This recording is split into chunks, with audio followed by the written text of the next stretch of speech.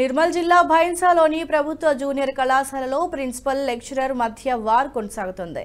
Principal తమను అకారణంగా అసభ్య పదజాలంతో దూషిస్తూ అవమానిస్తున్నారని, మానసిక వేధింపులకి గురి చేస్తోందని ఆరోపిస్తూ లెక్చరర్లు మూకుమ్మడిగా వీధులను బహిష్కరించి ఆందోళన బాటపట్టారు. కళాశాల ప్రాంగణంలో ప్రిన్సిపల్ తీరును వ్యతిరేకిస్తూ నిరసన ప్రదర్శనలు చేపట్టారు. తమకు ప్రిన్సిపల్ వేధింపుల నుంచి విముక్తి కల్పించి న్యాయం చేయాలంటూ నినాదాలు చేశారు. అనంతరం కళాశాల ప్రాంగణంలో బైఠాయించి సమ్మెకు దిగారు.